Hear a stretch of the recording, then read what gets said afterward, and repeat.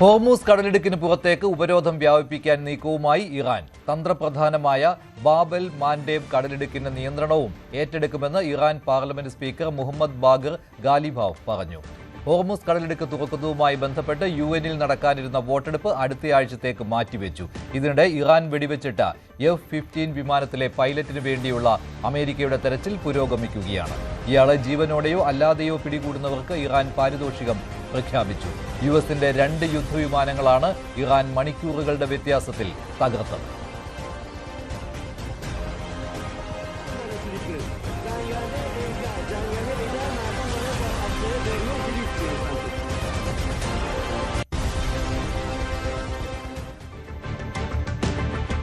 F-15 വിമാനം വെടിവെച്ചിടുന്നതിന്റെ ദൃശ്യങ്ങളാണ് Iran പുറത്തുവിട്ടത്.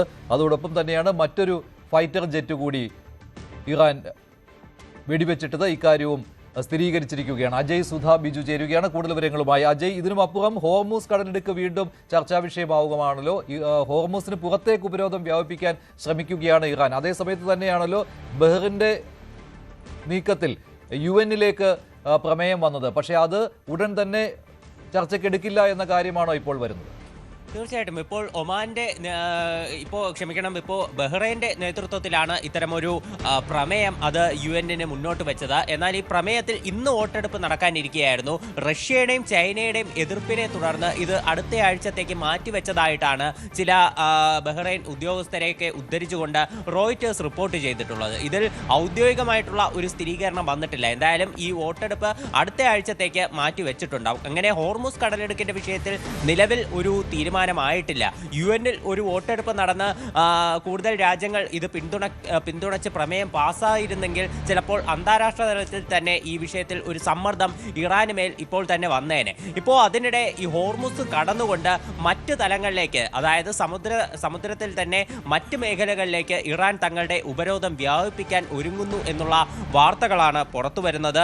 ഇതുമായി ബന്ധപ്പെട്ട് ബാബൽ മാൻഡേബ് കടലെടുക്ക് കൂടി ഉപരോധിക്കാനാണ് ഇറാൻ ലക്ഷ്യമിടുന്നതെന്നാണ് ഇപ്പോൾ ഏറ്റവും പുതിയ വിവരം. ഇറാന്റെ പാർലമെന്റ് സ്പീക്കറായിട്ടുള്ള മുഹമ്മദ് ബാഗർ ഖാലിബാഫാണ് ഇത്തരമൊരു വിവരം പുറത്തുവിട്ടത്. അതായത് ഇറാൻ ഇനി അടുത്തതായി ഈ പറയുന്ന ബാബൽ മാൻഡേബ് കടലെടുക്കാണ് ഉപരോധിക്കാൻ ലക്ഷ്യമിടുന്നതെന്നാണ് അദ്ദേഹം പറഞ്ഞത്. ഈ ബാബൽ മാൻഡേബ് കടലെടുക്ക് എന്ന് പറയുന്നത് യമന്റെ തെക്ക് ഭാഗത്ത്, അതായത് ഏഷ്യൻ ഭൂഖണ്ഡത്തെയും ആഫ്രിക്കൻ ഭൂഖണ്ഡത്തെയും തമ്മിൽ രണ്ടിൻ്റെയും ഇടയിലുള്ള ഒരു കടലെടുക്കാണ്. ഈ ഒരു കടലെടുക്ക് വഴിയാണ് സൂയസ് കനാലിലൂടെ യൂറോപ്പിലേക്കുള്ള മറ്റ് ചരക്ക് കപ്പലുകളും അതുപോലെ തന്നെ ക്രൂഡ് ഓയിൽ എല്ലാം ഇതുവഴിയാണ് ഗതാഗതം നടക്കുന്നത്. ലോകത്തിലെ ആകെ എണ്ണ വിപണിയുടെ ഏതാണ്ട് 10 മുതൽ 12% വരെ ഇതുവഴി ഗതാഗതം നടത്തുന്നതായിട്ടാണ് വിവരം. അപ്പോൾ ഹോർമുസിന് പുറമെ ഈ ഒരു കടലെടുക്ക് കൂടി അടയ്ക്കുകയാണെങ്കിൽ ആഗോളതലത്തിലുള്ള ഒരു എണ്ണ പ്രതിസന്ധി അത് മറ്റൊരു തലത്തിലേക്ക് പോകാനുള്ള സാധ്യത വളരെയധികം കൂടുതലാണ്. ഇപ്പോൾ തന്നെ പാകിസ്ഥാനിൽ ഉൾപ്പെടെ വലിയ പ്രതിസന്ധിയുണ്ട്. അവിടെ ഇപ്പോൾ സർക്കാർ തലത്തിൽ തന്നെ ജനങ്ങളോട് ഉത്തരവ് കൊടുത്തിട്ടുണ്ട്. അതായത് എല്ലാവരും സ്വകാര്യ വാഹനങ്ങൾ ഒഴിവാക്കി പബ്ലിക് ട്രാൻസ്പോർട്ടിൽ യാത്ര ചെയ്യണം എന്നുള്ള നിർദ്ദേശം സർക്കാർ തലത്തിൽ തന്നെ ജനങ്ങളോട് കൊടുത്തു കഴിഞ്ഞു. പെട്രോൾ വിലയിൽ ഏതാണ്ട് 50% വർധനവ് പല രാജ്യങ്ങളിലും ഇപ്പോൾ രേഖപ്പെടുത്തിയിട്ടുണ്ട്. അതിനിടെ ഇറാന്റെ ആക്രമണങ്ങളും ശക്തമായി തുടരുകയാണ്. ഇപ്പോൾ കഴിഞ്ഞ മണിക്കൂറുകളിൽ 2 യുദ്ധവിമാനങ്ങളാണ് അമേരിക്കയുടേതായിട്ട് ഇറാൻ വെടിവെച്ചിട്ടത്. രാവിലെ തെക്കൻ ഇറാൻ ഭാഗത്ത് പറന്നിരുന്ന ഒരു F-15 വിമാനം വെടിവെച്ചിട്ടിരുന്നു. ഇതിലെ 2 പൈലറ്റുമാരായിരുന്നു ഈ വിമാനത്തിൽ ഉണ്ടായിരുന്നത്. ഒരു പൈലറ്റ് 2 പേരും ഇജക്റ്റായി വിമാനത്തിൽ നിന്ന് രക്ഷപ്പെട്ടതാണ്. ഒരു തെക്കൻ ഇറാൻ ഭാഗത്ത് വീണ ഒരു പൈലറ്റിനെ ഇസ്രായേൽ സേന രക്ഷിച്ചതായിട്ട് അവരുടെ ആഭ്യന്തര മന്ത്രാലയം നിലവിൽ വ്യക്തമാക്കിയിട്ടുണ്ട്. എന്നാൽ മറ്റൊരു പൈലറ്റിനെ പറ്റി നിലവിൽ ഇതുവരെ യാതൊരു വിവരങ്ങളും ലഭിച്ചിട്ടില്ല. ഇയാൾക്ക് വേണ്ടി ഒരേ സമയം തന്നെ ഇറാനും അമേരിക്കയും തെരച്ചിൽ നടത്തുന്നുണ്ട്. ഇറാൻ ഇയാളെ ജീവനോടെയോ അല്ലാതെയോ പിടിച്ചു കൊടുക്കുന്നവർക്ക് പാരിതോഷികമടക്കം പ്രഖ്യാപിച്ചിട്ടുണ്ട്. അതേസമയം US ഇയാളെ ജീവനോടെ തന്നെ രക്ഷിക്കാനുള്ള ശ്രമമാണ് നടത്തുന്നത്. എന്നാൽ US ഈ രക്ഷാപ്രവർത്തനം നടത്തുന്നതിനിടയിൽ USന്റെ തന്നെ ഹെലികോപ്റ്ററുകൾക്ക് നേരെ ഉൾപ്പെടെ ആക്രമണം നടക്കുന്ന സാഹചര്യങ്ങൾ കൂടി നിലവിലുണ്ട്. അതുപോലെ തന്നെ മേഖലയിലുള്ള മറ്റൊരു US യുദ്ധവിമാനം കൂടി തകർത്തിട്ടുണ്ട്. ഏറ്റൻ വാർത്തോഗ് എന്ന് പറയുന്ന ഒരു വിമാനത്തെയാണ് തകർത്തത്. ഈ വിമാനം ഹോർമുസ് കടലെടുക്ക് മേഖലയിലൂടെ യാത്ര ചെയ്യുകയായിരുന്നു. ഈ വിമാനം തകർത്ത് ഇതിലുള്ള 2 പൈലറ്റുമാർ ഇതിൽ നിന്ന് ഇജക്റ്റായി പോയിട്ടുണ്ട്.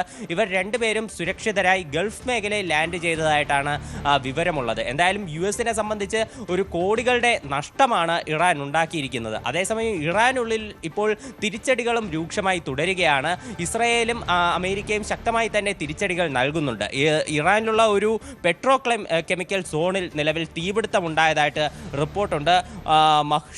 മഖ്ഷഹർ പ്രവിശ്യയിലുള്ള ഒരു കെമിക്കൽ പ്ലാന്റിലാണ് ഇത്തരത്തിൽ തീപിടുത്തമുണ്ടായത്.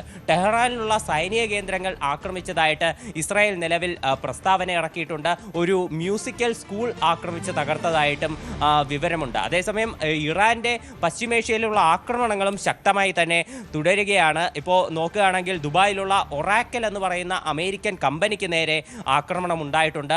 അതുപോലെ തന്നെ മറ്റ് മേഖലകളിലേക്ക് അബുദാബിയിലേക്ക് നോക്കുകയാണെങ്കിൽ അവിടെ ഒരു 12 പേർക്ക് പരിക്കേറ്റ ആക്രമണം നടന്നിരുന്നു. അതിലൊരു ഈജിപ്തൻ പൗരൻ ഉൾപ്പെടെ കൊല്ലപ്പെട്ടു. ഈ 12 പേരിൽ 4 ഇന്ത്യക്കാരും ഉൾപ്പെടുന്നുണ്ടായിരുന്നു. ശരി, അജയ് സുധ ബിജുവാണ് വിശദമായി വിവരങ്ങൾ നൽകിയത്. ഇറാന്റെ പ്രത്യാക്രമണവും കണ്ടു. കൂടുതൽ വാർത്തകൾക്ക് news 18 Keralam YouTube channel subscribe ചെയ്യുക.